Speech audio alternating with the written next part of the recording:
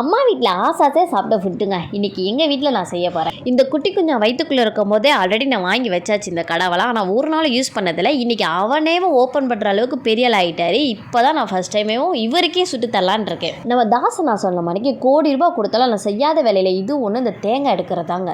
வேற எது வேணா சொல்லுங்க, நான் செய்கிறேன்.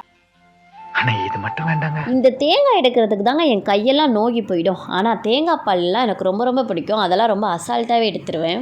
ஆப்பம் செஞ்சுக்கிட்டு இருக்காங்க, அம்மா பிஸியாக இருக்காங்க. நம்ம கொஞ்ச நேரம் அமைதியாக இருக்கோம்லாம் நினைக்க மாட்டாங்க. 2 பேரும் அடித்து மல்லு கட்டுவானுங்க. இவங்க 2த்தையும் தூக்கி வச்சு கொஞ்ச நேரம் தான் அமைதியாகவே இருப்பானுங்க. இந்த டயத்தில் யாரா என்னை காப்பாற்ற வர மாட்டீங்களாடான்னு கத்துற அளவுக்கு இருக்கும். அந்த அளவுக்கு நம்ம மைண்ட் செட் ஆக்கி விட்டுருவானுங்க. எங்கிட்டு காப்பாற்றுறது அதெல்லாம் பார்டர் தாண்டியாச்சு. இந்த ஆப்பத்தில் எனக்கு ரொம்ப பிடிச்ச விஷயம் என்னன்னு தெரியுமாங்க, அந்த சட்டியில் மாவை ஊற்றிட்டு அதை சுவங்கின்னு சுற்றி வைக்கிற ஸ்டைலு ரொம்ப பிடிக்கும். இதெல்லாம் எங்கள் அம்மா செஞ்சு பார்த்துருக்கேன், எங்கள் அண்ணி செஞ்சு பார்த்துருக்கேன். இப்போ நான் செய்கிறேன்.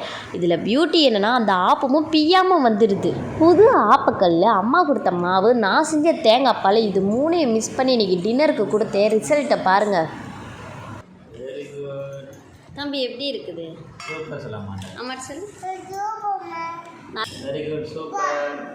இதை கேட்டு முடிச்ச பிறகு என்னோடய மைண்ட் செட் எப்படி தெரியுமாங்க இருந்தது? இப்படி தாங்க இருந்தது.